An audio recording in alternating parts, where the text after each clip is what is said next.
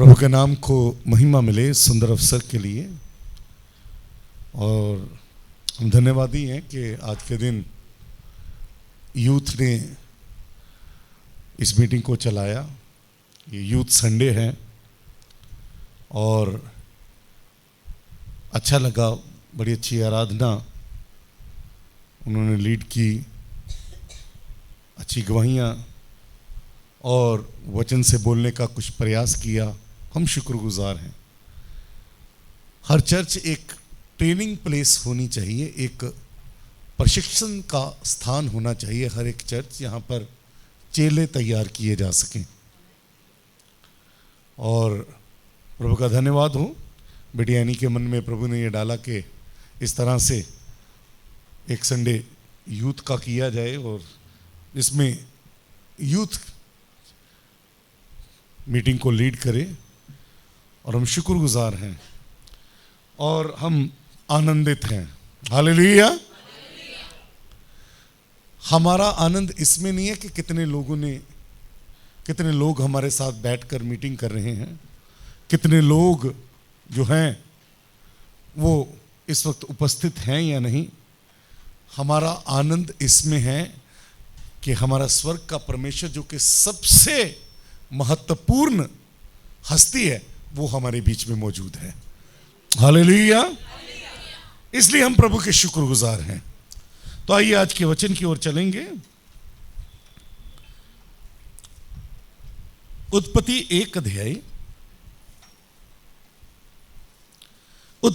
अध्याय 1 उसकी हम 26 आयत को पढ़ेंगे। फिर परमेश्वर ने कहा हम मनुष्य को अपने स्वरूप के अनुसार अपनी समानता में बनाएं और वे समुद्र की मछलियों और आकाश के पक्षियों और घरेलू पशुओं और सारी पृथ्वी पर क्या है और सारी पृथ्वी पर और सब रेंगने वाले जंतुओं पर जो पृथ्वी पर रेंगते हैं अधिकार रखें। हालेलुया।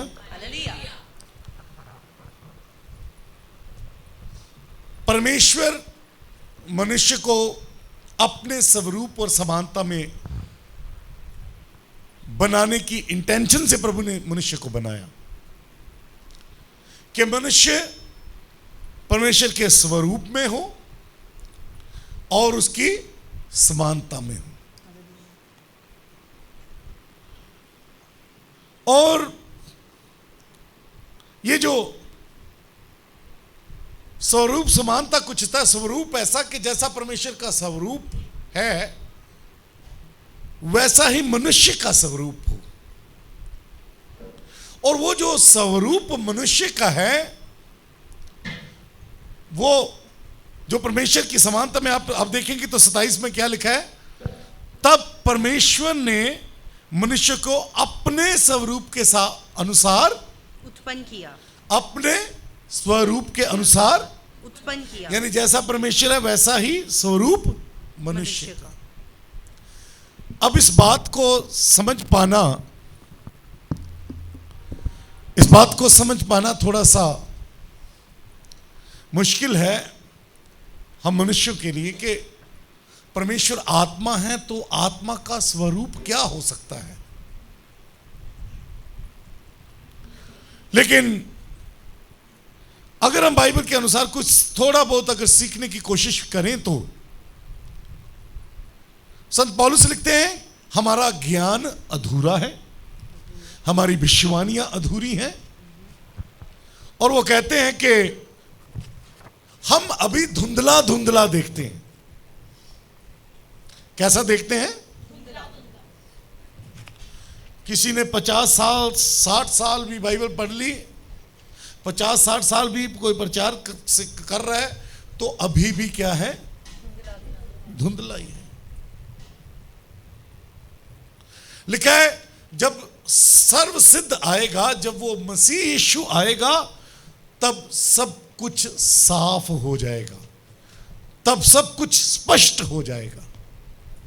तो अगर हम देखें कि परमेश्वर का स्वरूप और हमारा स्वरूप क्या है, तो परमेश्वर देह, प्राण और आत्मा है। क्या है? और वो देह ये वाली नहीं, ये वाले शरीर वाली देह नहीं, परमेश्वर आत्मिक देह है उसकी। और पुराने नियम में यहोवा आत्मिक देह में नबियों के पास ऊपर प्रकट होकर उनसे बातें करता रहा है, यहां तक कि कई बार तो आकर रोटी भी खाई। अब्राहम के साथ यहोवा ने आकर रोटी भी खाई, खाना भी खाया। अगर आप पढ़ेंगे तो वहां 3 पुरुष हैं, और इन 3 पुरुषों में से जिन्होंने आकर खाना खाया था, वो 3 पुरुषों में से एक यहोवा लिखा गया है। एक उनमें यहोवा था, 2 दूत थे। तो वो आत्मिक देह में यहोवा प्रकट होता रहा है, और वो पिता जो है, जो कि प्राण है, जो कि सोर्स है, वो किसी पर आज तक प्रकट नहीं हुआ।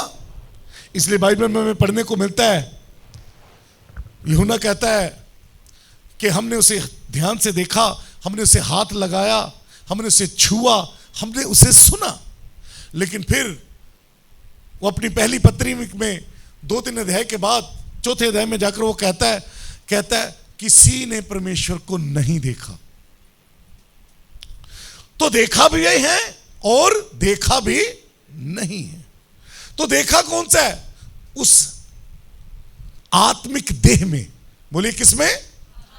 जो पुराने नियम में आत्मिक देह में यहोवा प्रकट होता रहा नबियों के ऊपर। जलती हुई झाड़ी में कौन था लिखा? यहोवा का दूत। लेकिन जब वो बात करता तो वो कहता, वो यहोवा मूसा पूछता है, कहता बता, क्या बताऊं किसने भेजा है? तो वो दूत जो है, जो जिसे दूत लिखा गया, वो कहता है कहना कि यहोवा ने भेजा है। वो यहोवा वहां प्रकट होता है। लेकिन कौन सा यहोवा? वो जो दूत के रूप में आत्मिक देह में। और यही वो यहोवा अब्राहम के पास आकर भोजन भी करता है। यही वो यहोवा जब सदरक मेशक अबेदनगो को जब उसे फेंका गया आग के भट्ठे में, इन लोगों को, तो राजा नबूकदनेस्सर कहता है फेंके कितने थे? हेलो, फेंके कितने गए थे? दिखाई कितने देते हैं? तो वो जो चौथा नबूकदनेस्सर को जो दिखाई दे रहा था, वो यहोवा परमेश्वर था देह में, आत्मिक देह में। हालेलुया। और वो कहता है वो जो चौथा दिखाई देता है वो परमेश्वर के पुत्र जैसा दिखाई देता है। अन्य जाति जो परमेश्वर को नहीं जानता, उसको भी बुद्धि दी गई, उसको भी आंखें दे दी गई कि वो भी यहोवा को देख सके। और बल्कि वो यहां ये भी कहता, उसे ये भी बुद्धि दी गई कि यहोवा का पुत्र है। हालेलुया। और पवित्र आत्मा, यह परमेश्वर देह, प्राण और आत्मा है, और मनुष्य उसी स्वरूप पर बनाएगा। मनुष्य भी देह, प्राण और आत्मा है। हालेलुया। लेकिन ये जो देह, प्राण, आत्मा है, ये परमेश्वर के स्वरूप की आत्मा है। सुनिए, हर एक जानवर की देह, प्राण और आत्मा है। हर एक परिंदे की देह, प्राण, आत्मा है। लिखा है बाइबल में, बिना it is the spirit which gives life, यानी ये आत्मा है जो जीवन देता है या प्राण देता है। कौन देता है? इसका मतलब अगर आत्मा नहीं तो प्राण भी। अगर कोई जीवित है, पेड़ पौधा या कोई जानवर, कोई परिंदा, कोई मछली, कुछ भी, उनकी अपनी अपनी देह, प्राण और आत्मा है। और जब वो मरते हैं तो उनके भी प्राण निकल जाते हैं, आत्मा खत्म हो जाती है, उनका कोई न्याय नहीं। लेकिन परमेश्वर ने मनुष्य को जो देह प्राण आत्मा पर जो देह प्राण आत्मा मनुष्य को दी है, वो परमेश्वर ने अपने स्वरूप में दी है। हालेलुया। इसलिए उसका न्याय है, इसलिए मनुष्य का न्याय होगा, क्योंकि वो परमेश्वर ने अपने स्वरूप और समानता में दी। और किस लिए दी? एक इंटेंशन से दी। किस लिए दी? कि वो आकाश के पक्षियों पर, समुद्र की मछलियों पर, पृथ्वी के जीव जंतुओं पर, बनैले पशुओं पर यानी जंगली जानवरों पर, और रेंगने वाले जीव जंतुओं पर क्या करे? ये सब कहां? पृथ्वी, सारी पृथ्वी पर। बोले कहां? सारी पृथ्वी पर। और जो कुछ पृथ्वी में है उस पर क्या करे? वो अधिकार रखे। हालेलुया। जागो। वो अधिकार रखे हर बात पर, सारी पृथ्वी पर, और जो कुछ पृथ्वी पर है, पृथ्वी में है। परमेश्वर ने मनुष्य को अपने स्वरूप और समानता में बनाया ताकि स्वर्ग में परमेश्वर, और वहां उसका नाम पवित्र माना जाता है, वहां उसकी मर्जी पूरी होती है।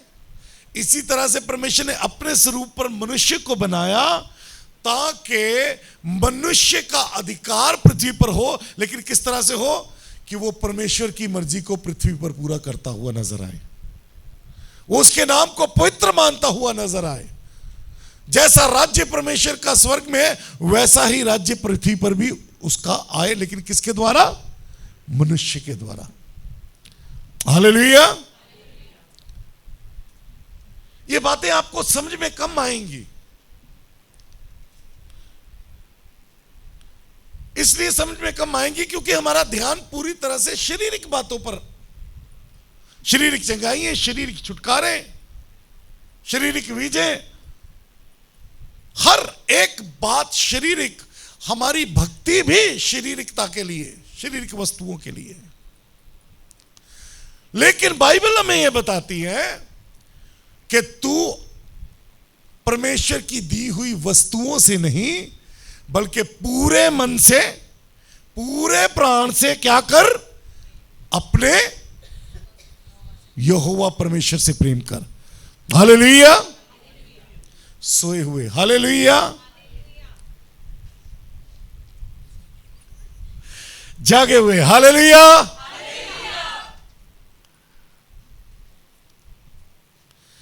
आज एक महत्वपूर्ण विषय पर हम सीखने जा रहे हैं। प्रभु ने मनुष्य को बनाया किस लिए? ताकि वो क्या करे? So that he can have dominion, वो अधिकार रखे। बोलिए क्या? दुनिया में बहुत सारी पावर्स हैं, बहुत सारी सामर्थ्य है, तरह तरह की सामर्थ्य है, ताकत की, मसल ताकत है,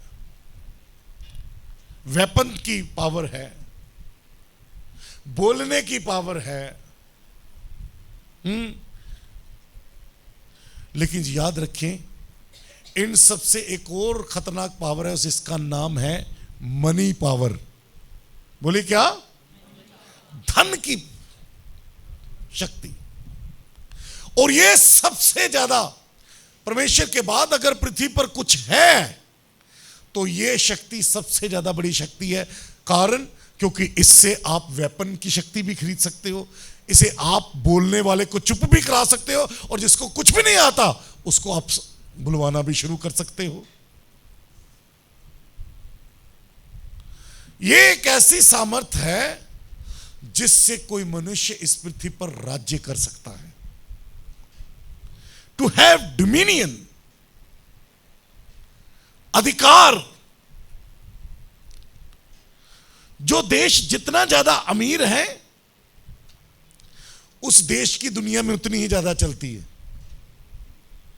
ऐसा है या नहीं?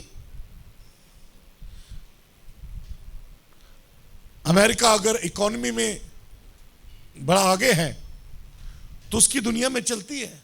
आजकल चाइना भी काफी इकोनॉमी में अच्छा हो रहा है, हमारा देश भी इकोनॉमी में काफी ऊपर आ रहा है। जो कोई जितना ज्यादा धनी है कोई देश, उसकी यूएनओ में उतनी ही ज्यादा चलती है।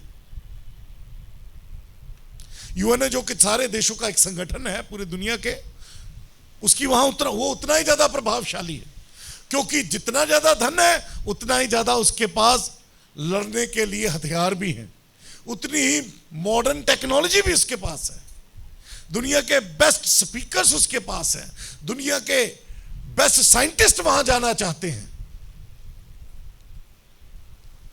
यही कारण है हमारे यहां के लोग भागते हैं यूरोप में, या चाहते हैं कि जाकर अमेरिका में काम करें, यूके में काम करें, कनाडा में काम करें, ऑस्ट्रेलिया में काम करें, क्योंकि वहां वो धनी देश है। तो जहां धन है, धन सबको आकर्षित कर लेता है, और ये एक बड़ी पावर है जो मनुष्य को भटका सकती है। इसलिए प्रभु यीशु मसीह ने कहा, या तो तुम मेरी सेवा करोगे या धन की।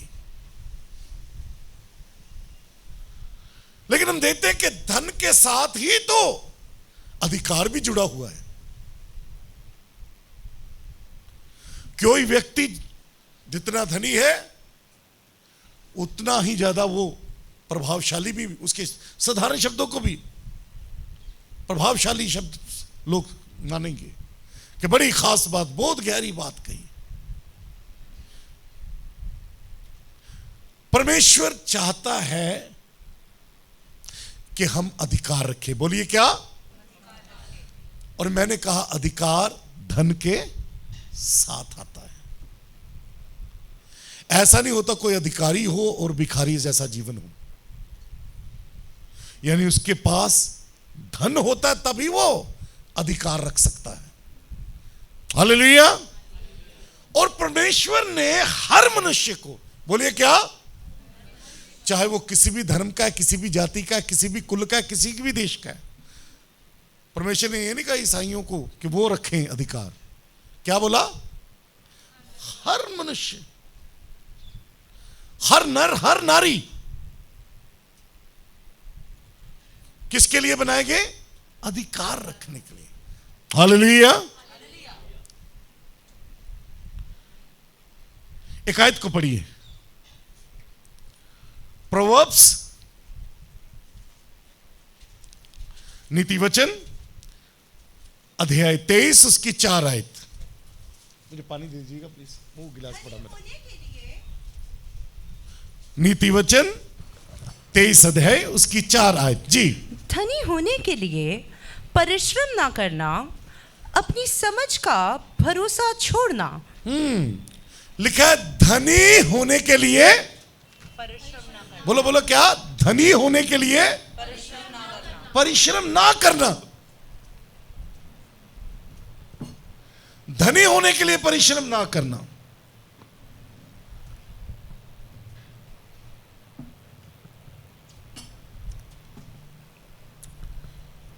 अधिकार, हमने सीखा कि अधिकार, जहां अधिकार होता वहां धन भी होता है। कोई जितना ज्यादा प्रभावशाली होगा उसका वो उतना ही धनवान भी होगा। तो प्रभु ने मनुष्य को बनाया ताकि वो क्या हो? अधिकार रखे, यानी धन हो उसके पास। लेकिन यहां क्या लिखा है? धनी होने के लिए परिश्रम ना करना, धनी होने के लिए मेहनत ना करना। सुलेमान दुनिया का सबसे धनी राजा हुआ, लेकिन वो केवल धनी नहीं, सुलेमान दुनिया का सबसे अक्लमंद राजा भी हुआ। हालेलुया। सुलेमान ने कुछ लॉज सीख लिए थे, कुछ नियम सीख लिए थे, और उस नियमों को पालन करके उसने उस नियमों के आधार के ऊपर अपना जीवन उसने बना लिया था। उसने कुछ अपने लिए लॉज बना लिए थे और उन लॉज के कारण और उन लॉज पर वो चलता था, उन नियमों पर वो चला और चलते चलते वो दुनिया का सबसे धनवान राजा हो गया। हालेलुया। वो जब राजा बना तो परमेश्वर ने उससे पूछा, बता तुझे क्या चाहिए। आपको याद होगा उसने क्या कहा था कि मुझे क्या चाहिए। उसने धन दौलत नहीं मांगी, उसने क्या मांगा? बोलो बोलो, क्या मांगा? उसने कहा, प्रभु मुझे बुद्धि दे, मुझे अक्लमंदी दे।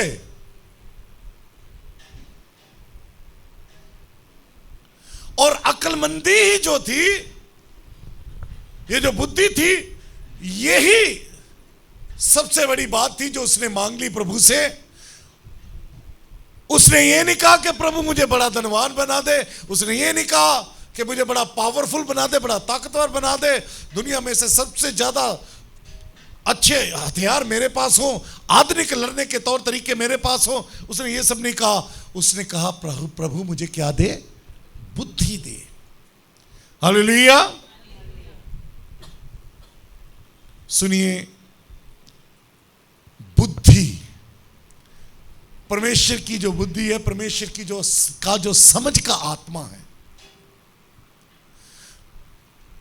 एक समझ है जो हम संसारिक तरीकों के लिहाज से रखते हैं और उसके बारे में अभी हमने पढ़ा, तू अपनी समझ का सहारा ना लेना।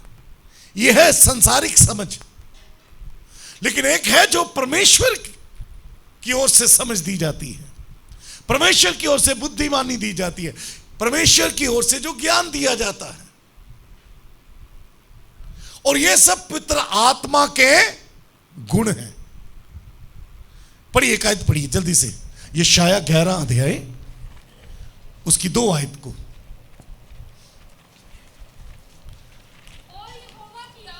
यशायाह 11 अध्याय उसकी 2 आयत। यहां पवित्र आत्मा, आपने प्रकाशित वाक्य में कई बार सुनोगा, यहोवा की 7 आत्माएं जो सारी पृथ्वी पर भेजी जाती हैं। ये वो 7 आत्माएं हैं जो पितर आत्मा का प्रगटीकरण है। यानी पितर आत्मा के अंदर ये 7 आत्माएं हैं जो हम यहां पढ़ने जा रहे हैं। पहला क्या है? पहला है यहोवा की आत्मा। बोलिए क्या? यहोवा का आत्मा। यहोवा का आत्मा जी, बुद्धि का आत्मा और समझ का आत्मा, युक्ति का आत्मा, और पराक्रम की आत्मा और ज्ञान की आत्मा और यहोवा के भय की आत्मा। उस पर ठहरी। बस ठीक है। हमने क्या क्या सुना? 7 क्या है? पहली क्या? यहोवा का आत्मा। यहोवा का आत्मा।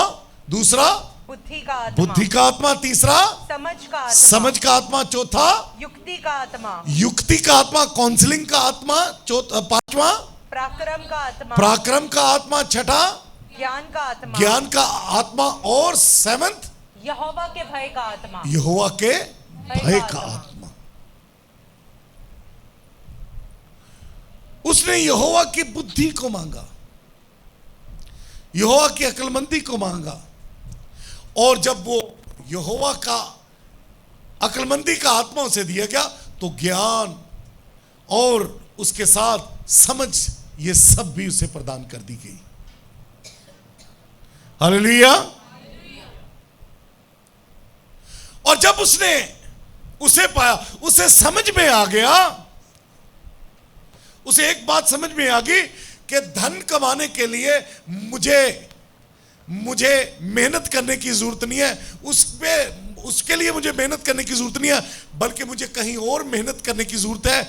इससे पहले कि वो अपनी बाहर वाला, अपनी जो किंगडम है, उसकी रियासत जो थी, उसका जो राज्य था, बाहर वाले राज्य पर पहले वो, इससे पहले कि वो उस पर राजा अपने आप को स्थापित करता, उससे पहले उसने अपने आप पर कब्जा लिया। उसने अपने आप पर नियंत्रण लिया। इससे पहले कि वो अपनी अपनी किंगडम को कंट्रोल करता, उसने स्वयं पर कंट्रोल लिया। उसने कुछ लॉज बनाए, कुछ नियम अपने लिए तय कर लिए। सुनिए, ध्यान दीजिए, बाइबल में ऐसा लिखा है कि ये जो परमेश्वर एक जगह कहता है, ये देवी देवते जिन्होंने कुछ बनाया नहीं, एक दिन ये पृथ्वी के ऊपर आसमान के नीचे ये सब नष्ट हो जाएंगे। फिर परमेश्वर कहता है, इनके कान नहीं है, सुनते नहीं, इनकी आंखें नहीं है, देखते नहीं। लेकिन जरा सोचिए, फिर भी कितने लोग मन्नत मांग के कहां कहां जाते हैं और उनकी कुछ मन्नतें पूरी भी होती हैं, है या नहीं? है ना, हम सुनते हैं, होती हैं या नहीं? तो जब वो सुन ही नहीं सकते, जब वो देख ही नहीं सकते, उनके हाथ ही नहीं है, वो हाथ हिला ही नहीं सकते, तो फिर मन्नतें कैसे पूरी हो जाती हैं उनकी? हकीकत में वो कुछ नियम को फॉलो करते हैं, कुछ लॉ फॉलो करते हैं। जिस देवता के पास जाते हैं उसके पास कोई सामर्थ्य नहीं, लेकिन उन्होंने कुछ लॉ फॉलो कर लिया, कुछ नियम फॉलो किया, और उस नियम को फॉलो करने के कारण उनकी प्रार्थना का उत्तर आ गया। हालेलुया।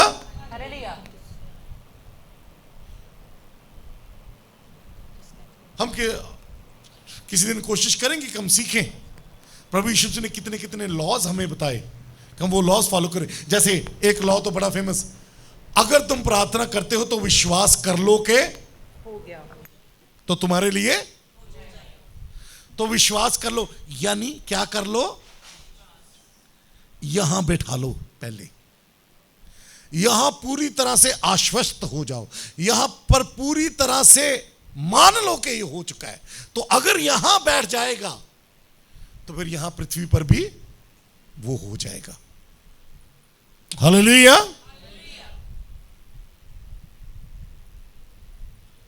कुछ लॉज हैं जो संसार के लोगों ने फॉलो किए और वो आगे बढ़ते गए। ऐसा नहीं था कि जहां वो जा रहे हैं अपना सर झुका रहे हैं वहां कुछ है, वहां कुछ नहीं है। केवल दुष्ट ने उन्हें भरमाया है कि वहां कुछ है, वहां कुछ नहीं है। हकीकत में कुछ लॉज हैं जो उन्होंने, आत्मिक लॉज उन्होंने सीख लिए, और दुष्ट ने उन्हें भरमा दिया कि ये जो तुमने सीखा, ये इसके पीछे कोई शक्ति है जिसने जो कर रही है। हकीकत में ऐसा नहीं, कुछ लॉज हैं।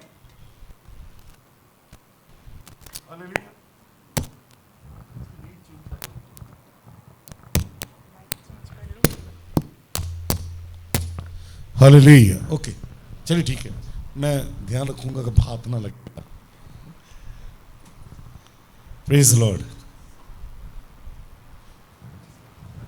तो बहुत कुछ है ऐसा सीखने वाला, लेकिन आज हम थोड़े समय के लिए, आज कुछ यहां मैंने एक साधारण कुछ लॉज लिखे जो मुझे सीखने को मिले, और मैं कोशिश कर रहा हूं कि मैं भी इन लॉज को फॉलो करूं, और मैं चाहता हूं कि आप लोग भी इन लॉज को सीखो, इन नियमों को सीखें, और सीखकर परमेश्वर ने जिस रीति से मनुष्य को बनाया है, जिस काम के लिए बनाया है, जिस इंटेंशन से बनाया, परमेश्वर उस इंटेंशन को हमारे जीवन में, उस उद्देश्य को हमारे जीवन में पूरा होते हुए देखने पाए। हालेलुया। हालेलुया।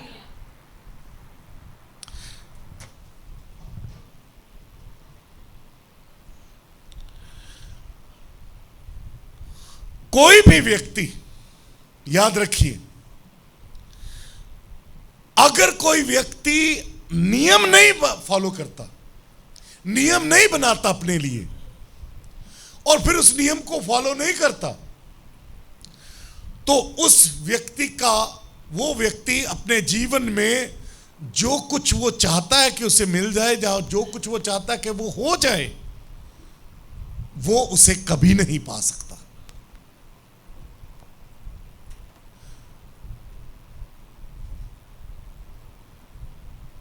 प्रभु यीशु मसीह ने एक जगह कहा, अंधकार की संतान ज्योति की संतान से ज्यादा चालाक हैं, ज्यादा समझदार हैं, ज्यादा कलेवर हैं। क्यों?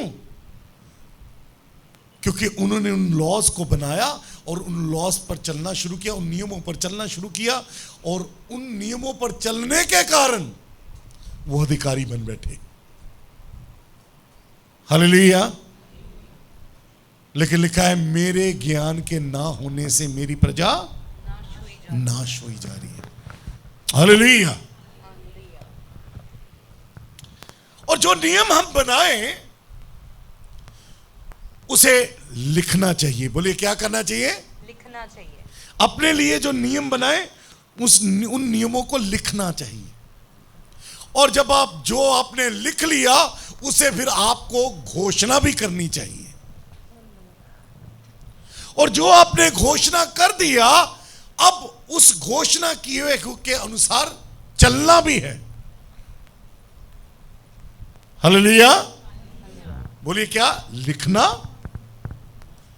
फिर घोषणा करना, बोलना, और फिर क्या करना? चलना। पहले अपने लिए नियम बनाने, उसे लिख लेना, फिर उन नियमों को रोजाना अपने लिए बोलना। जब हम बोलते हैं तो उसका अर्थ पता क्या होता है? उसका अर्थ होता है कि मैंने जो अपने लिए रास्ता पहले से ही सोच रखा है, उस जो पहले से सोच रखा है इस रास्ते पर मुझे चलना है, उस रास्ते पर चलने के लिए मैं अपने आप को याद करवा रहा हूं कि मुझे चलना है। मैं बार बार घोषणा करके अपने आप को याद करा रहा हूं कि मुझे इस रास्ते पर चलना है। हालेलुया।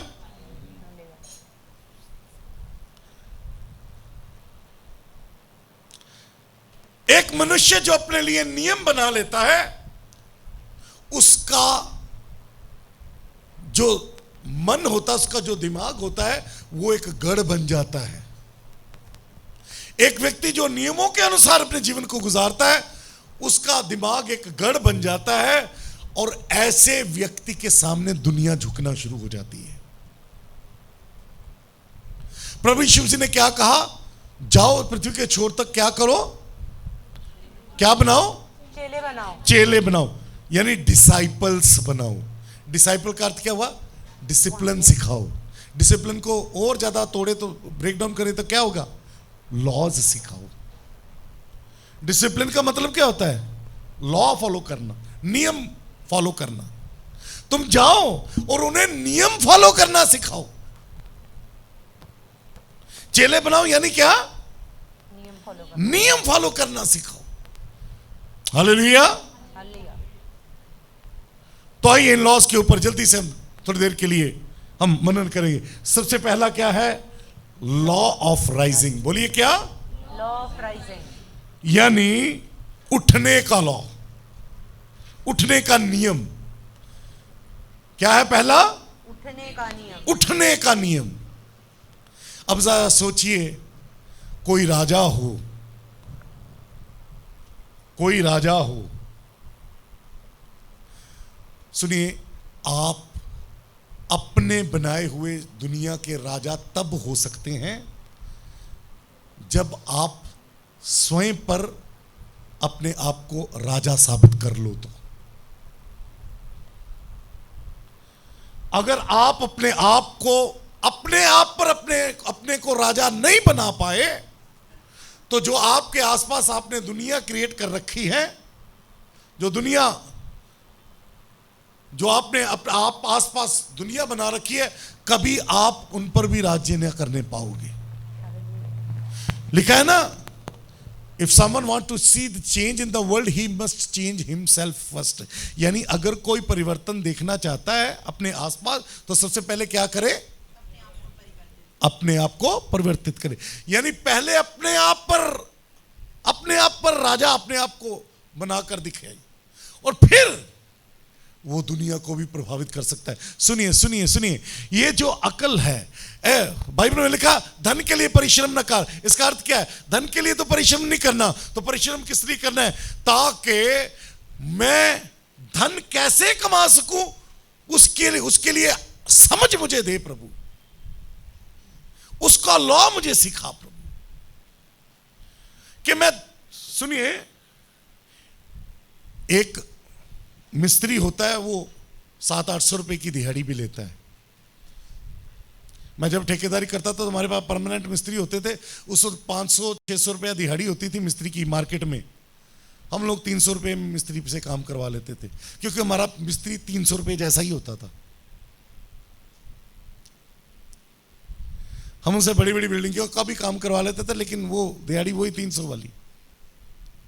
तो 300 रुपये वाला मिस्त्री भी है, 800 वाला मिस्त्री भी है, और कई मिस्त्री है जो 10,000 रुपया भी दिन में दिहाड़ी कमा रहा है, और कई मिस्त्री है जो लाख रुपया भी कमा लेते हैं। हाँ जी, है ऐसा जी, ठेकेदार साहब कमा लेते हैं। कारण उन्होंने धन को आकर्षित करना सीख लिया है। उनको धन के पीछे भागने की जरूरत नहीं पड़ती। उन्होंने अपने आप को कुछ ऐसा बना लिया है कि धन उनके पास खुद ही भाग भाग के आता है। हालेलुया। मैंने कई बार सुना है, फोर्ड कंपनी का मालिक, एक बार उन्होंने अपनी कंपनी से कुछ कारें निकाली। जल्दी आना भाई, इंपॉर्टेंट बातें हैं।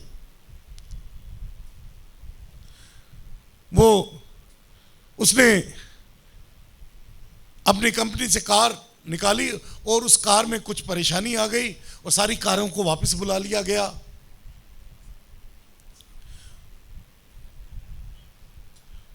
और इंजीनियर्स को कुछ समझ नहीं आ रहा कि क्या परेशानी है। फिर एक मैकेनिक को बुलाया गया, जो कि इंजीनियर भी नहीं था, पढ़ा लिखा भी नहीं था।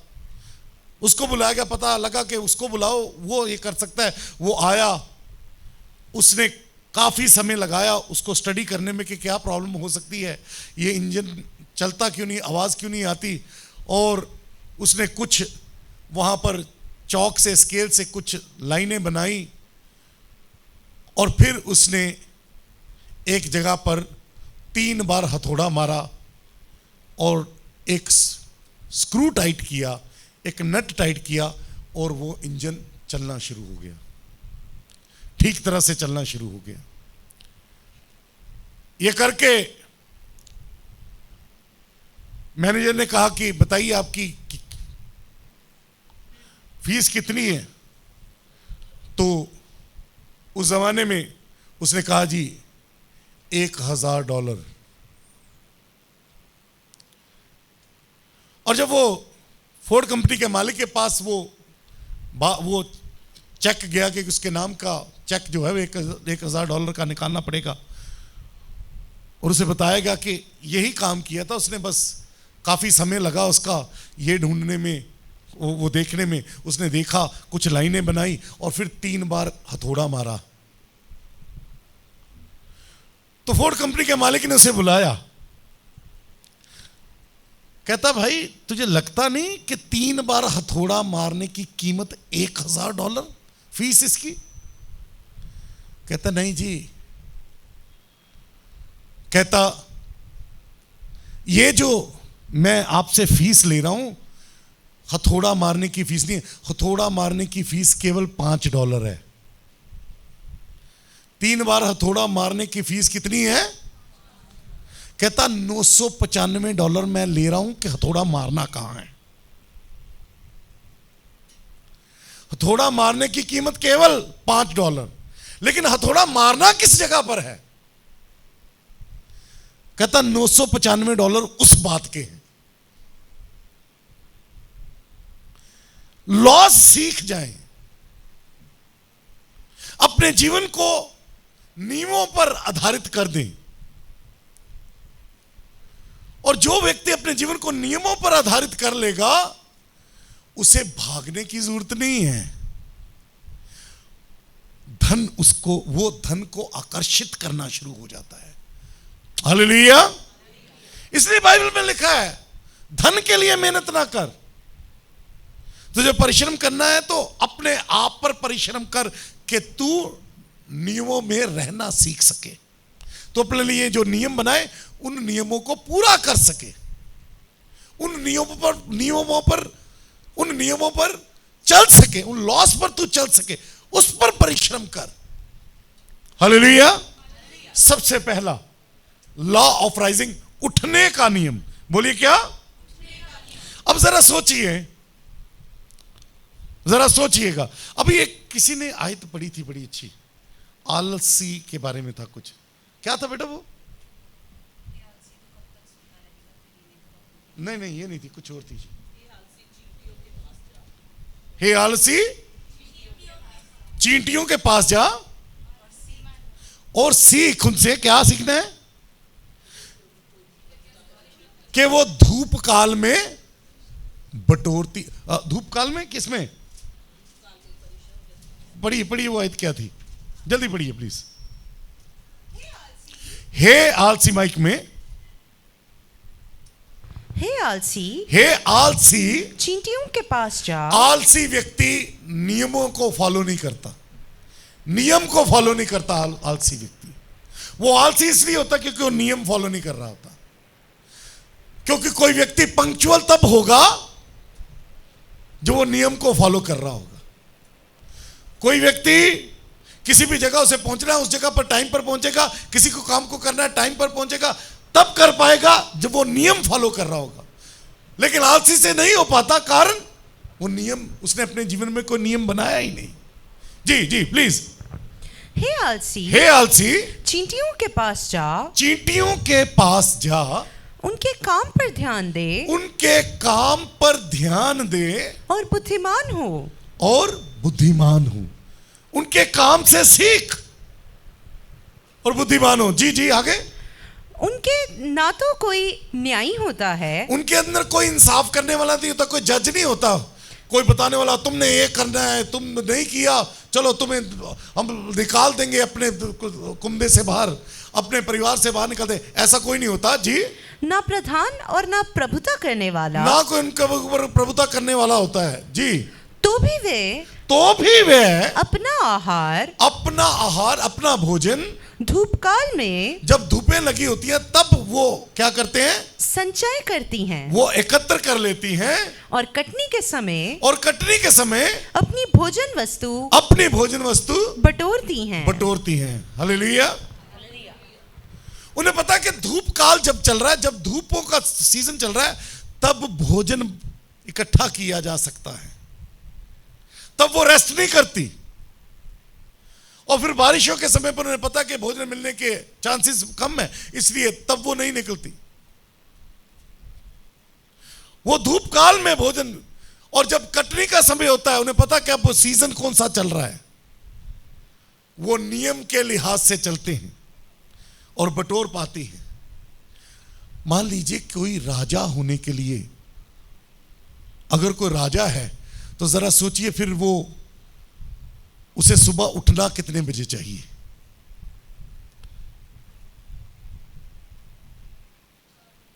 है? मतलब उसे अपने लिए एक नियम बनाना चाहिए।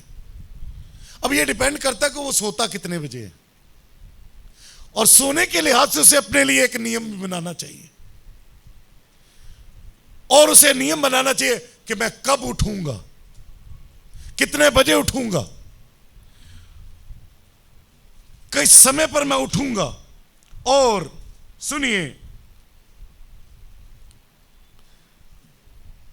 जब आप पहला काम उठने का, दिन का जो पहला काम उठना होता है, जब आप ठीक समय पर कर पाते हैं, नियम के अनुसार करने पाते हैं, तो याद रखिए आधी समस्याओं पर तो आप दिन की शुरुआत में ही जयवंत हो गए।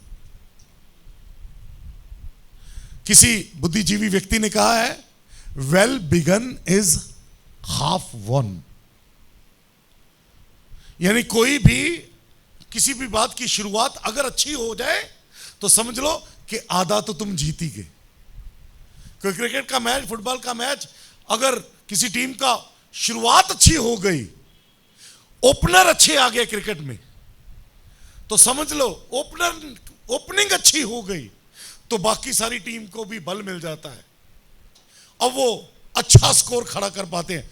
यानी अच्छी ओपनिंग मिल जाए तो आधा क्रिकेट का मैच तो समझ लो कि जीत ही गए।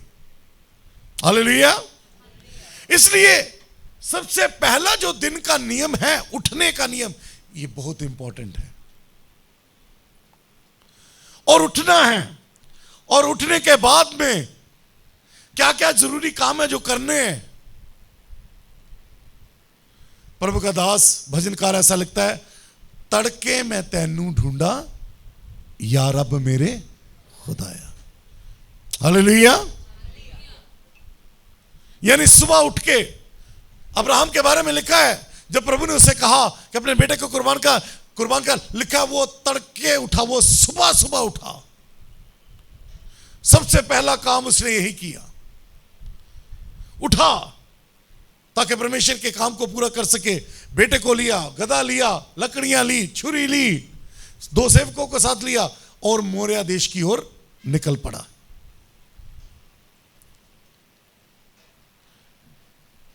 पहला काम अगर नियम अनुसार हो गया तो समझ लो आज के दिन जो आधे नियम आपने नियम बांधे हैं अपने लिए, आधे नियमों पर आप जयवंत हो गए।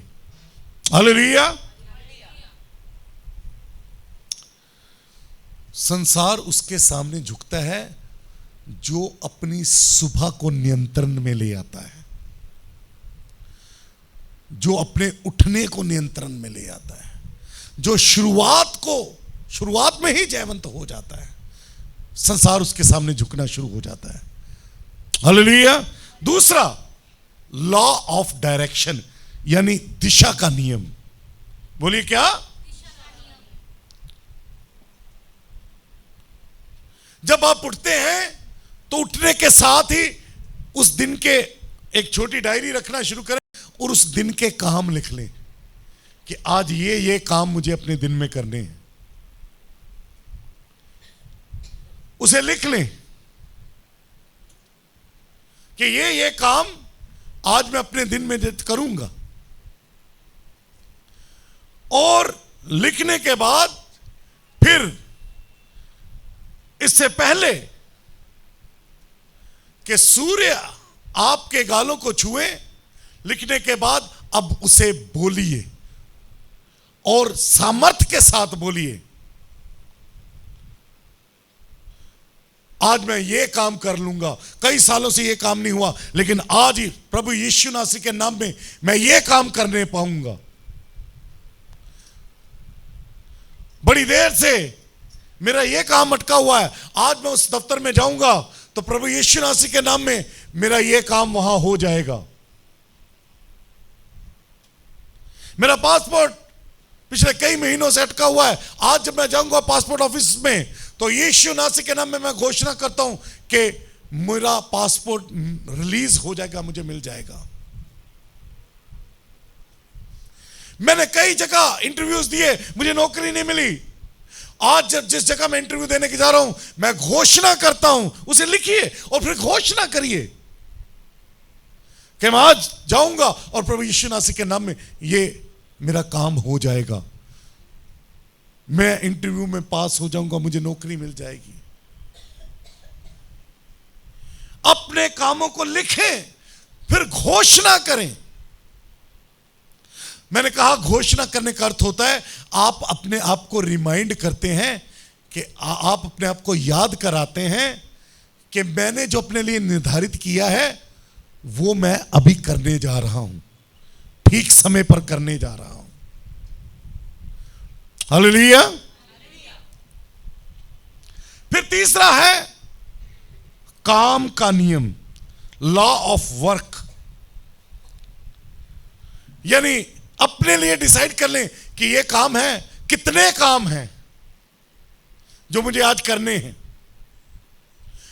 कितने पेजेस हैं जो मुझे आज लिखने हैं। स्टूडेंट कर सकते हैं कितने चैप्टर्स हैं जो मुझे आज पढ़ने हैं, कितने चैप्टर्स हैं जो आज मुझे लर्न कर लेने हैं। अपने लिए निर्धारित करें, लिखें और फिर उसे बोलें और फिर उनको करें।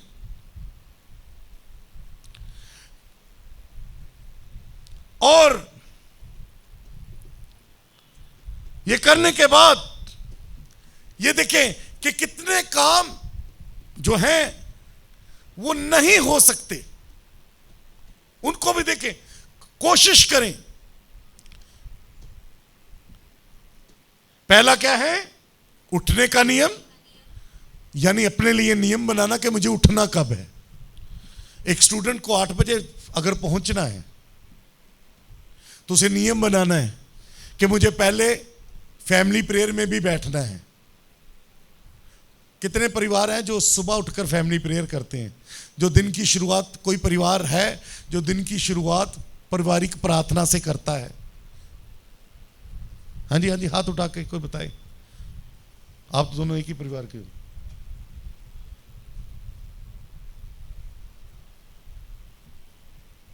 कोई नियम नहीं है तो क्यों कामयाबी आएगी? तो कैसे कामयाबी आएगी? नियम नहीं। ठीक है, अच्छा है, रात्रि को कई लोग करते होंगे, शाम को कई लोग सोने से पहले पारिवारिक प्रार्थना करते होंगे, ठीक है, लेकिन जरा सोचिए दिन की शुरुआत में वो कितनी प्रभावशाली होगी। आप दिन की शुरुआत करने जा रहे हैं, आप उठे हैं, आपने ब्रश किया, अपना वॉशरूम वगैरह होकर आप आए और आप बैठे हैं परिवार के साथ और आप प्रभु से प्रार्थना कर रहे हैं पारिवारिक रूप में एक मन होकर। जरा सोचिए वो कितनी प्रभावशाली होगी। और अगर ये नियम बन जाए और रोजाना करें और रोजाना चले बिना नागा, तो जरा सोचिए इसका क्या प्रभाव होगा। हालेलुया। तो किसी स्टूडेंट को 8 बजे जाना है तो सवेरे 6 बजे उठने के लिए अपने आप को निर्धारित कर लेना चाहिए कि 6 बजे उठ के 6:30 तक वो प्रभु के चरणों में आकर बैठ जाए और परिवार भी उसके साथ वो पारिवारिक प्रार्थना में बैठ जाए और फिर आधा घंटा प्रार्थना करने के बाद फिर 7 बजे बाकी जो कुछ भी काम है तैयारी और करके अपने समय पर निकल सके। अपने अपने लिए नियम बनाओ।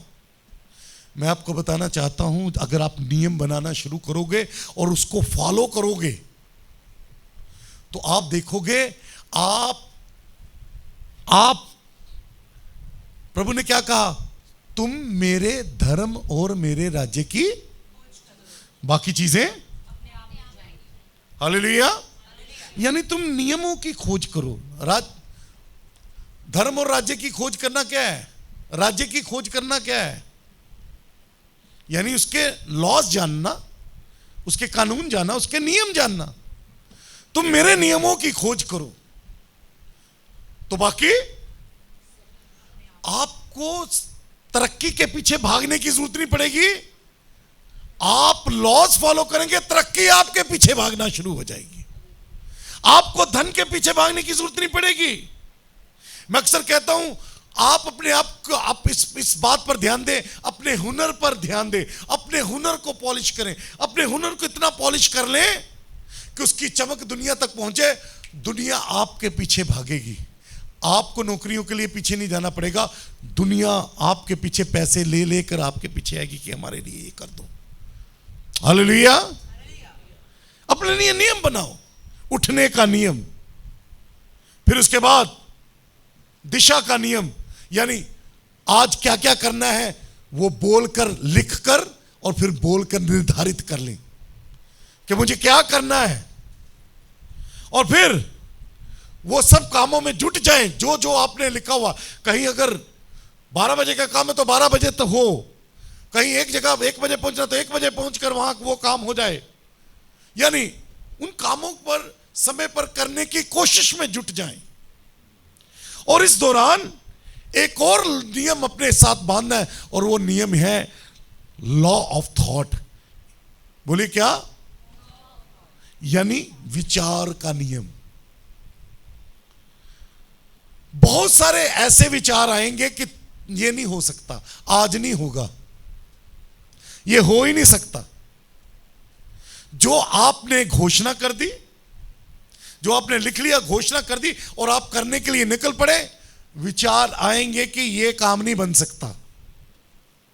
मैं कितने लोगों को बोलता हूं कि दुआ करो प्रभु ये कर देगा, दुआ करो, रोजा करो, प्रभु कहते नहीं जी वो नहीं बदल सकता। तो जब तुमने इस विचार को मान लिया कि वो नहीं बदल सकता, तो सच में वो बदलेगा ही नहीं। अगर तुमने मान लिया कि वो कभी बदल ही नहीं सकती, तो सच में वो कभी नहीं बदलेगी। मैं पिछले दिनों में एक परिवार में गया, न्यू प्लांट में किसी परिवार में गया, और वो जैसे उनके घर से बाहर निकलने लगा तो मैंने उस भाई से पूछा कि और चर्च जाते हो? कहंदा जी मैं तो नहीं जानता, ऐ जांदी है, ऐ जांदी वे। कहता मैं तो नहीं जानता, ऐ जांदी वे। तो मैं कहा आप क्यों नहीं जाते?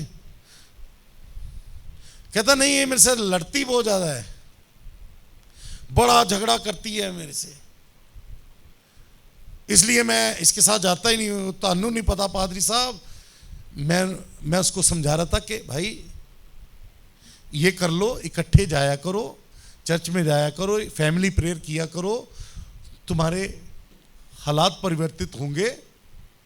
कहता नहीं जी पादरी साहब तानू नहीं पता, कहता तानू नहीं पता इस गल का, मैनू पता। तो उत्थे एक होर पास्टर भी खलोता सी। मैं कहा जी तुसी दसो तुसी किन्ना क तानू ये प्रॉब्लम फेस करनी पैंदी है अपने परिवार च? कहता जी मैनू भी करनी पैंदी है, पर असी फिर भी प्रभु के फजल दे नाल, प्रभु के फजल के साथ हम फिर भी चल पा रहे हैं।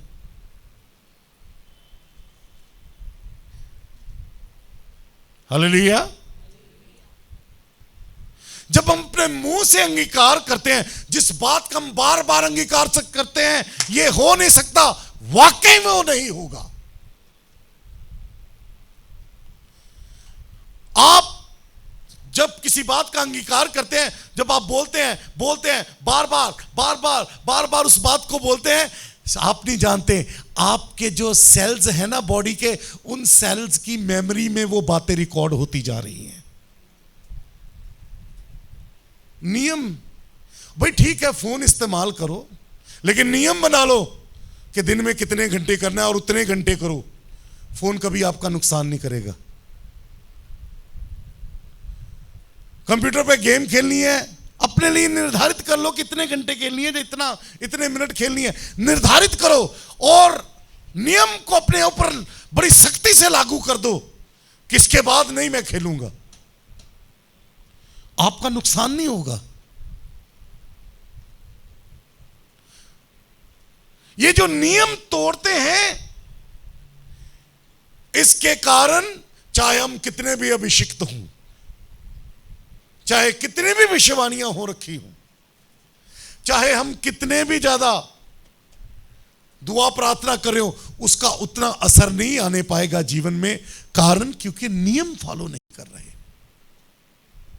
तुम फैमिली प्रेयर भी कर रहे हो, उसका असर सही ढंग से नहीं मिलेगा क्योंकि तुम नियम फॉलो नहीं। तुम एक नियम तो फॉलो कर रहे हो, लेकिन कहीं दूसरी जगह तुम नियम पूरा करने में तुम चूक रहे हो। जब मैं इस वचन की तैयारी कर रहा था तब तो मुझे एक बात समझ में आई, हकीकत में पाप है क्या? पाप क्या है? परमेश्वर ने कोई आज्ञा हमें दी और हमने उसे मान लिया कि ये आज्ञा मैं पूरी करूंगा, और मानने के बाद अगर मैं उस आज्ञा को पूरा नहीं करता तो वो पाप है। यानी परमेश्वर ने जो मेरे लिए बोला उसको मैंने अपने लिए नियम बना लिया, मैंने व्यवस्था बना लिया, मैंने अपने लिए उसे एक लॉ बना लिया। और जब मैंने उस लॉ को फॉलो नहीं किया, जो मैंने एक्सेप्ट कर लिया कि मेरे लिए है, जब मैंने उस लॉ को अपने लिए ठहरा दिया और फिर उस नियम को खुद ही नहीं माना, तो वो पाप कहलाता है। हालेलुया। आदम को रखा गया था, परमेश्वर ने कहा मत खाना, उसने अपने लिए ठहरा लिया। हवा से पूछा गया ये खाओ, क्या कहती? नहीं नहीं नहीं, बोला ये नहीं खाना। इसका मतलब उन्होंने अपने लिए नियम ठहरा लिया था, उन्होंने अपने लिए ये नियम ठहरा लिया था कि ये फल नहीं खाना है, इस पेड़ का फल नहीं खाना भले और बुरे के ज्ञान का। और जो नियम ठहरा लिया अपने लिए, जब हम उस नियम को पूरा नहीं करते तो हम पापी ठहरते हैं। हालेलुया। डिसाइपल होना, चेला होना, डिसाइपल होना यानी डिसिप्लिन फॉलो करना, यानी नियम बनाना और नियम को फॉलो करना, नियम के अनुसार चलना। इसलिए चर्च के अंदर चर्च मेंबर्स हैं, चेले नहीं हैं। क्योंकि चेले हो तो चेले तो फिर क्या करेंगे? 10 बजे का समय है तो कितने बजे आएंगे? हेलो हेलो, चेले होंगे तो कितने बजे आएंगे? चेले मैंने क्या कहा? जो नियम फॉलो करते हैं, डिसिप्लिन फॉलो करते हैं। तो अगर कोई चेला होगा तो टाइम होगा 10 बजे का, तो कितने बजे आएगा? पहले आ सकता है, बाद में नहीं आ सकता। अभी पिछले हफ्ते में पास्टर एंथनी जी की चर्च में 2 दिन की मीटिंग थी। एक प्रभु की दासी साउथ से वहां 2 दिन के लिए प्रचार करने आई थी, और उन्होंने कहती मैं बड़ी परेशान होती थी कि हम आराधना शुरू हो जाती है 10 बजे शुरू हुई, लोग 11 बजे आ रहे हैं, 11:30 आ रहे हैं, 12 बजे आ रहे हैं। कहती मैंने प्रभु से कहा, प्रभु इन लोगों, ये लोग तो समझते नहीं, इनको इतना समझाया फिर भी नहीं कर रहे, क्या करें, क्या किया जाए? तो प्रभु ने कहा वो इसलिए नहीं करते क्योंकि वो मेरा आदर नहीं करते, वो इसलिए समय पर नहीं आते क्योंकि वो मेरा आदर नहीं करते।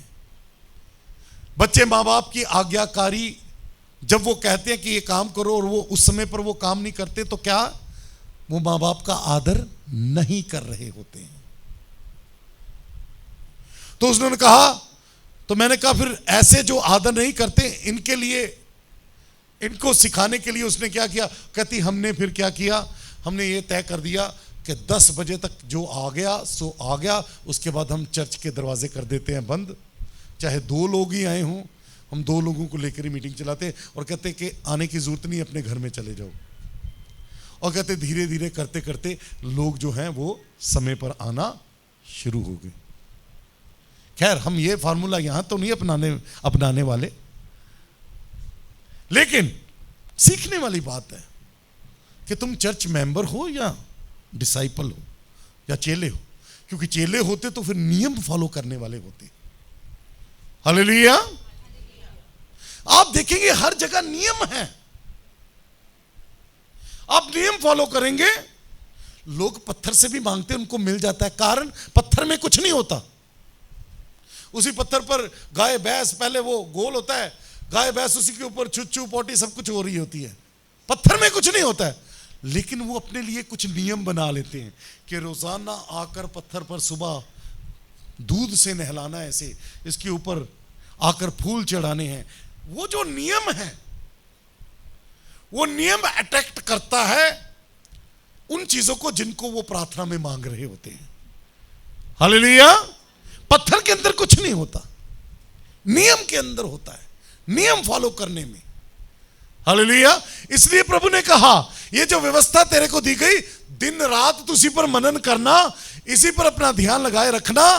और प्रभु ने कहा अगर तू इन बातों को जो मैं तुझसे बोलता हूं, अगर तू सुनता है पूरा करने के लिए और उनको पूरा करता है, तो फिर मैं तुझे सारी जातियों से श्रेष्ठ कर दूंगा। हालेलुया।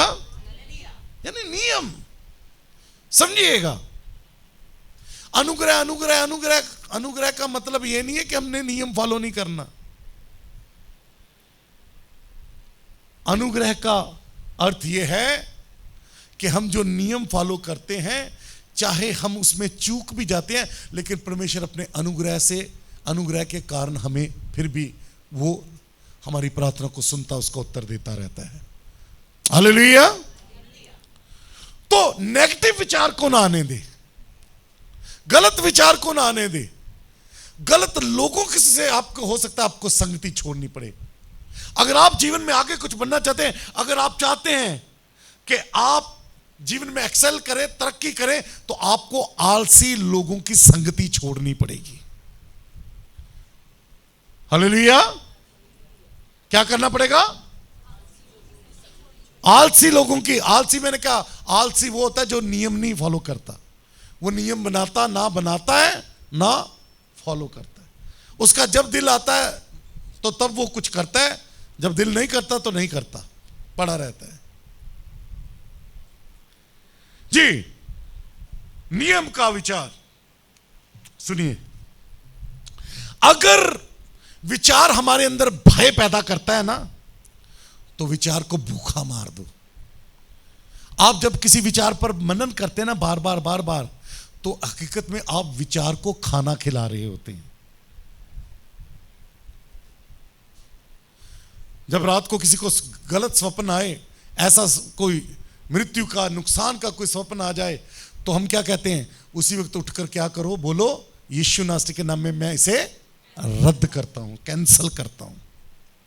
आपने कैंसल कर दिया तो वो कैंसल हो गया। लेकिन अगर आप अब सोचना शुरू हो गए, ओ नहीं, रात को बड़ा बुरा सपना आया, फिर आप हर एक कदम बड़ा फूक फूक के रखेंगे, और वो विचार जो और भारी होता जाएगा, आपके अंदर घर करता जाएगा, और जो कुछ आप करना चाहते हैं आप वो नहीं कर पाएंगे।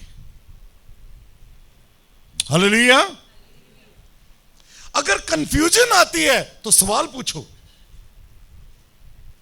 कि वो जो प्रभु मुझे यहां तक लेके आ गया, क्या आगे नहीं ले जा सकता? क्या उसका हाथ छोटा हो गया कि मुझे छुड़ा ना सके? क्या उसने प्रार्थना सुननी बंद कर दी? अगर कंफ्यूजन आ जाए, शक आ जाए, संदेह आ जाए, संदेह क्या विचार आ जाए, अपने गुजरे जीवन में देखो प्रभु ने क्या क्या बड़े बड़े बड़े काम किए, क्या इतने बड़े काम किया, तो प्रभु ये नहीं करेगा? हालेलुया।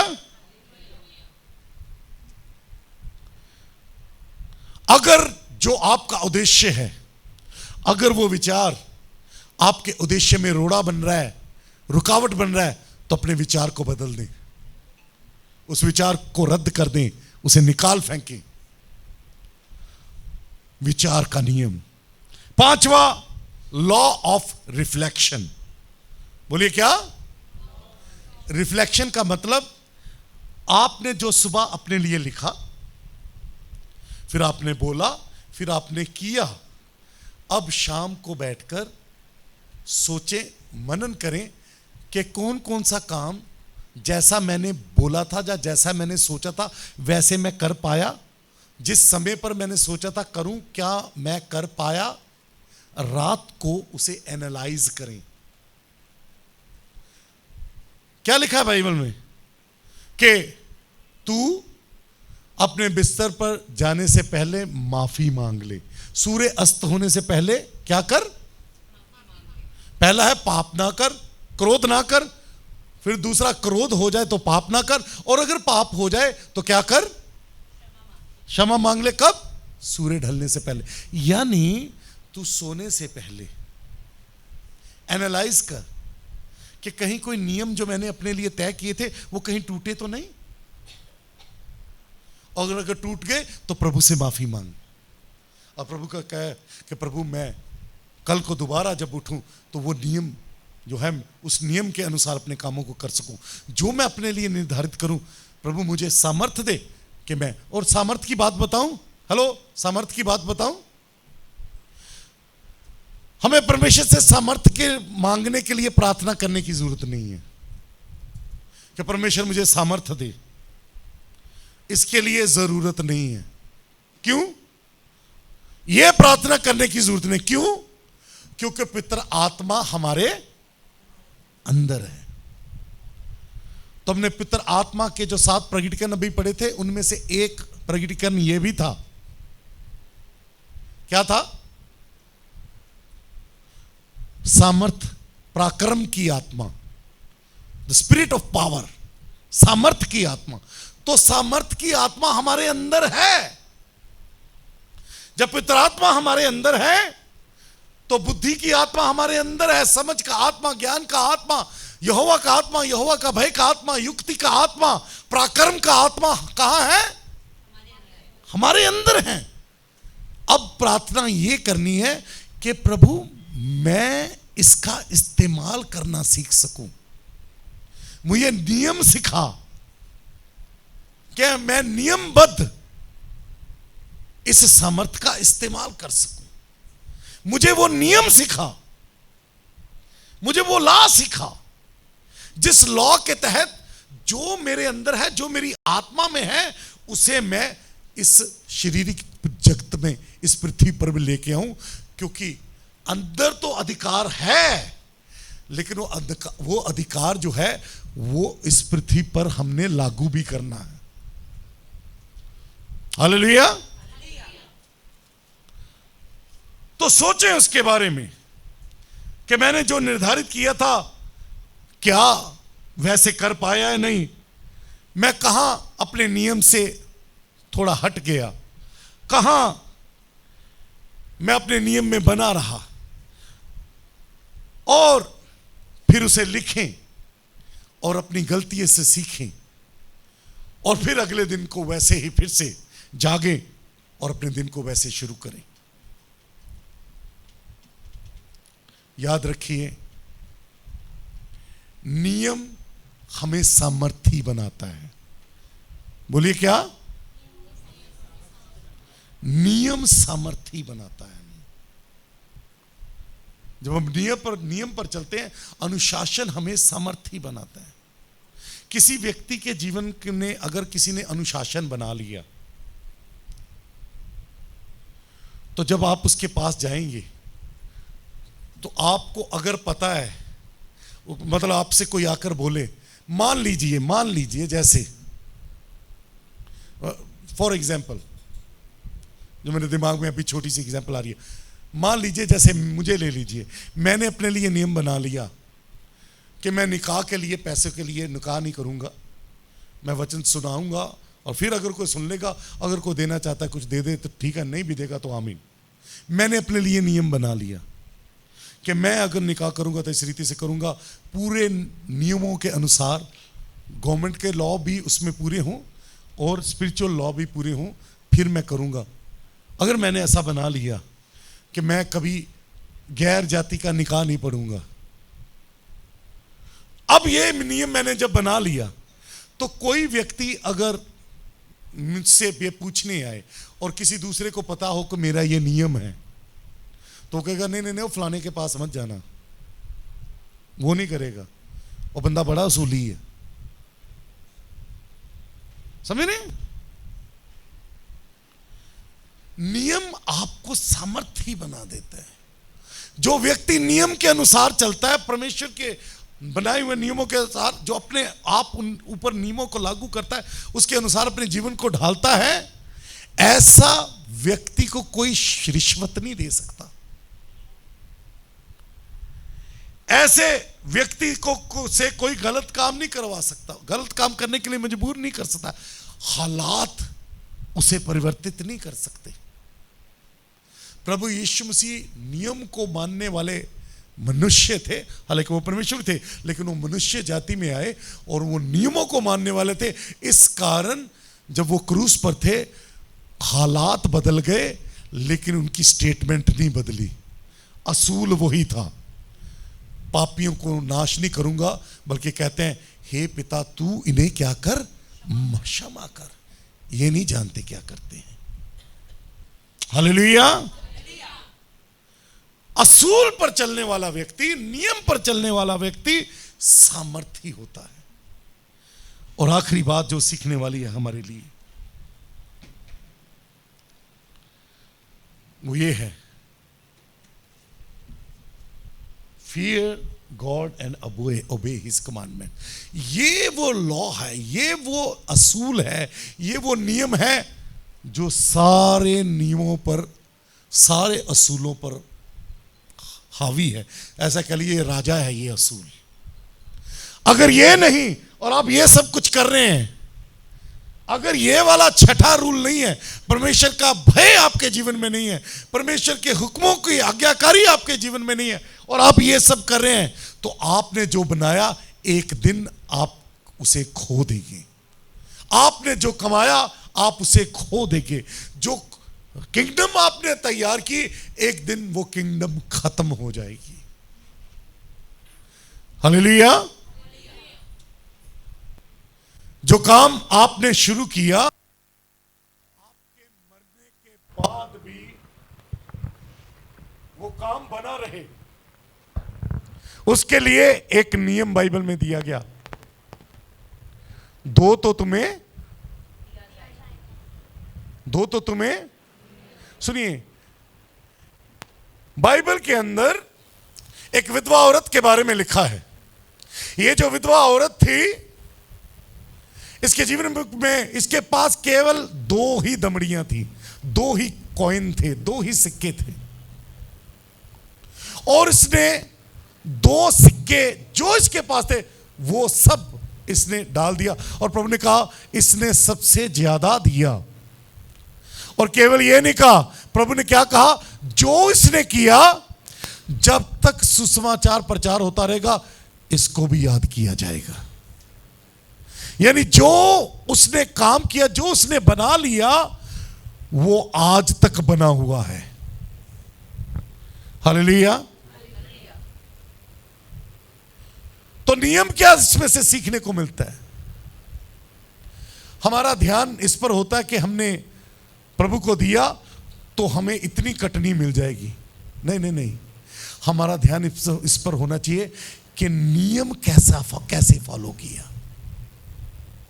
हमारा पूरा जोर, पूरा ध्यान इस पर होना चाहिए, क्या नियम फॉलो किया या नहीं, क्या समय पर किया या नहीं। सुनिए, पहला तो देना, दूसरा इसमें नियम क्या है? अगर आप चाहते हैं कि जो आपने कमाई की, जो आपने अपने लिए बनाया, जो किंगडम आपने, जो एम्पायर आपने खड़ी की, जो कामकाज आपने खड़ा किया, जो घरबार आपने खड़ा किया, आपके बना हुआ, आपका बनाई हुई किंगडम आगे पीढ़ी दर पीढ़ी चलती रहे, तो उसके लिए बाइबल का एक नियम है। और वो नियम ये है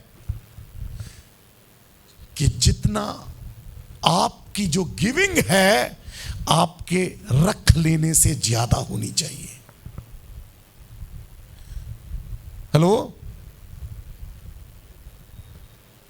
आपका देना जो आपके पास है उससे, बोलिए क्या, ज्यादा होना चाहिए।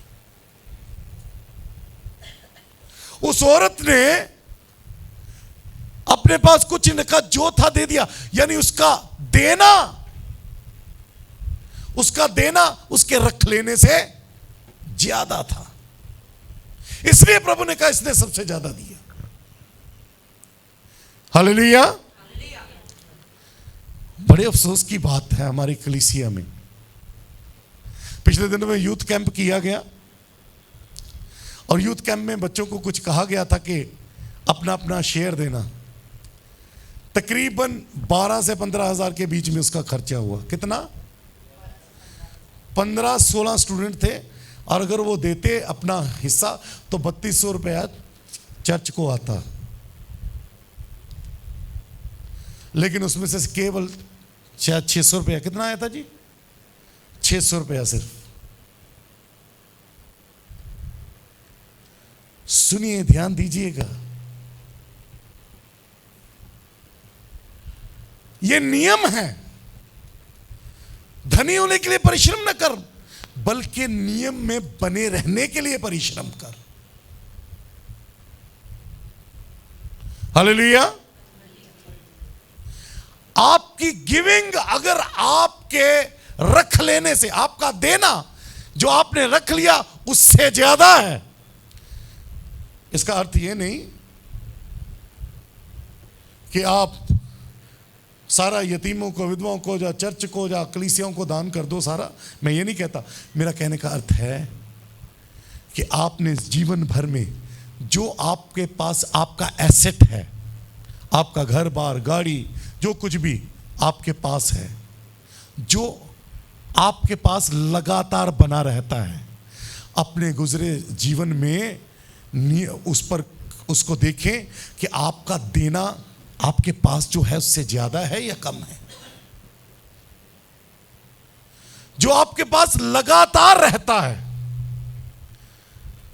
हमारा देना अगर उससे ज्यादा हो जाएगा, जो लगातार हमारे पास रहता है, तो याद रखिए जो आपने बनाया आपकी पीढ़ियां भी उसे भोगने पाएंगी।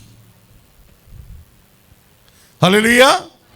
जो काम आपने शुरू किया वो लगातार बना रहेगा। जो कंपनी आपने शुरू की, जो बिजनेस आपने शुरू किया, लगातार वो बना रहेगा। हालेलुया। बाइबल क्यों गिविंग गिविंग के बारे में बात करती है? पुराने नियम में जेलसी हो जाए, किसी को जलन आ जाए तो जाओ प्रभु के पास और जाकर वहां कुछ दे कर आओ, कुछ निकालो, यतीमों को दे दो, विधवाओं को दे दो, दशमांश दे दो, भेंट दे दो। क्यों क्यों क्यों क्यों बार बार बाइबल देने की बात करती है? क्यों करती है?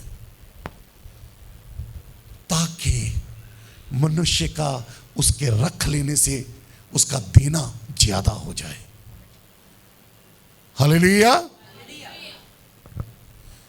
लिखा है मां बाप के बारे में, तू अपने मां बाप का आदर कर तो तेरे पृथ्वी पर दिन कितने होंगे? लंबे होंगे। मां बाप का क्या कर? एरिक सिद्धू, मां बाप का क्या क्या अगर तू आदर करे तो तेरे पृथ्वी पर दिन क्या होंगे? मां बाप का आदर कर। अब सुनिएगा, मां बाप का आदर करना, मां बाप यानी आज्ञाकारी होना और मां बाप की सेवा करना। एक समय था जब आप बचपन में थे, हम बच्चे थे, हमारे मां बाप ने हमारी कुछ सेवा की। अब वो बुजुर्ग हो चुके हैं, अब हमारा काम है सेवा करने का। हमें जो मिला अब देने का समय है, ऑनर देने का समय। बुजुर्गी में जब वो कमा नहीं रहे फिर भी उनकी बात की अहमियत हो, उनका बोला हुआ वचन फिर भी हमारे घर में एक नियम बन जाए, उनकी बोली हुई बात, चाहे वो अब कमा रहे हैं या नहीं कमा रहे,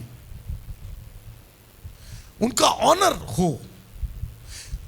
देना, अगर हम देते हैं तो क्या लिखा? तेरे दिन पृथ्वी पर लंबे होंगे। एक दिन हमने सीखा था, पृथ्वी पर दिन लंबे होने का अर्थ यह नहीं है कि तू लंबी जिंदगी जिएगा। इसका अर्थ यह है कि तेरी पीढ़ियां, क्योंकि तेरा शरीर है, तेरे बच्चे भी तेरी शरीर है, तेरी पीढ़ियां भी तेरा शरीर है। तू तब तक जीवित है जब तक तेरी पीढ़ियां जीवित हैं। जब तक इस पृथ्वी पर तेरी पीढ़ियां हैं, अब्राहम आज तक मरा नहीं, कारण जीवित है। क्यों? अब्राहम की पीढ़ी आज भी पृथ्वी पर मौजूद है। हालेलुया। उसकी गिविंग, उसका देना रख लेने से ज्यादा था। वो प्रभु की खातिर बसा बसाया घर, प्रभु की खातिर बस चलता हुआ बिजनेस छोड़कर वो तंबुओं में जीवन जीने के लिए वो निकल पड़ा। एक ऐसे देश में निकल पड़ा जिसका उसे पता भी नहीं था कि वहां उसे जगह मिलेगी या नहीं। हालांकि प्रभु ने वादा किया था, केवल उस वादे पर विश्वास करके वो निकल पड़ा था। हालेलुया। परमेश्वर का भय मानना। दुनिया का सबसे बुद्धिमान राजा, उसने जितनी भी जंगें जीती, उसने जो युद्ध जीते, मैदान में जाकर, जंग के मैदान में जाकर नहीं जीते, उसने सारे अपने राज दरबार में युद्ध जीते। पता कैसे?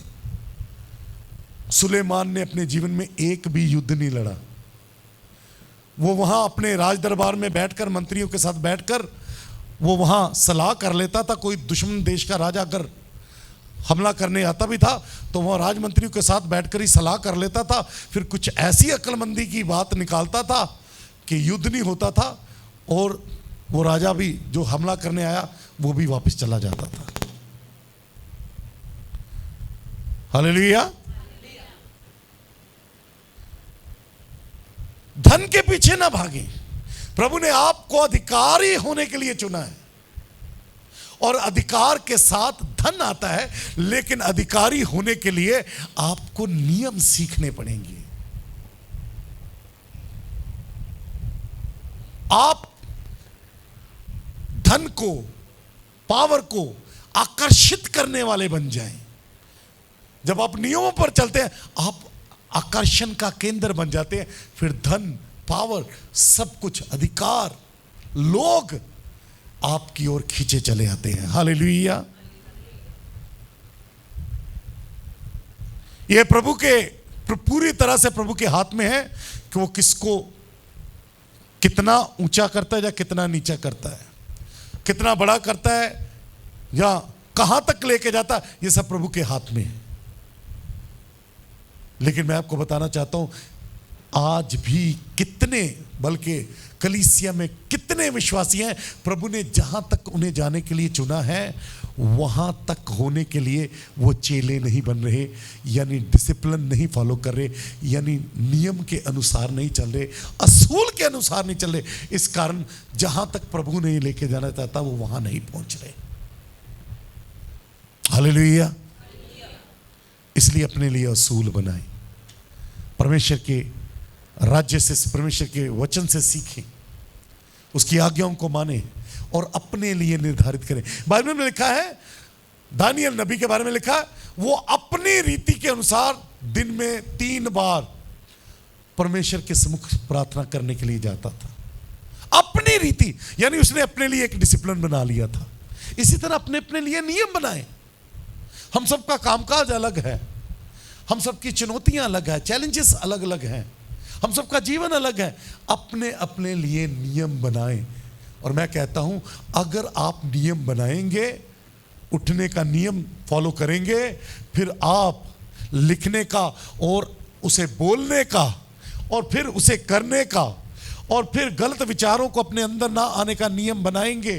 फिर उसके बाद आप शाम को बैठेंगे कि आज कौन सा काम हो पाया, मैं कहाँ नियम पूरा नहीं करने पाया, और उससे सीखेंगे, अपनी गलती से सीखेंगे कि कल मुझे कैसे अपना नियम को फिर से पूरा करने के लिए कोशिश में अपने आप को जुटा देना है। जब आप ऐसा करेंगे, करते करते करते करते एक दिन आएगा आपके सेल्स में, आपके शरीर के हर एक सेल में ये रिकॉर्ड हो जाएगा, ये नियम रिकॉर्ड हो जाएंगे, ये आपकी आदत बन जाएंगे।